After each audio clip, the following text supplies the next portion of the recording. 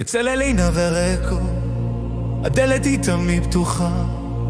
תבוא עצוב, תבוא רעב, לא חשוב מה מצב רע. ומיד כשתיכנס תפגוש חיוך ולב פתוח. תשתה כוס תה ומתוקים וישתפר מצב הרוח. אלן עם החיוך החם והעיניים הטובות. תיתן לך יחס של החם, תפרגן לך רבות. והחצי השני שלה ריק ומלך אך בכיר. אומרים שהוא היה חייל, אולי הכי קרבי בחיל.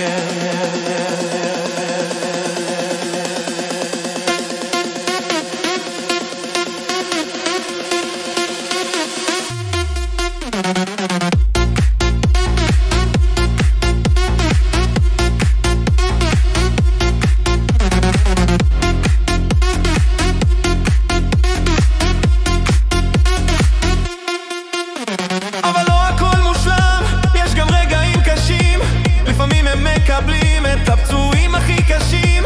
אחד נפל מגג ולא היו לו חברים. הם ימצאו אותו בחג והם היו לו גם שרים.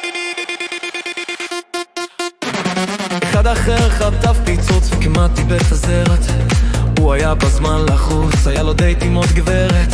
הוא שומר על כל קלי הפתיחות שערים עד קיר הגבס, עם סיגריה וכפף קפים שהוא חטף צרח כמו כבש. ועד כל האנשים האלו השבורים והפצועים אלינה אספה אליה ועשתה אוכל טעים.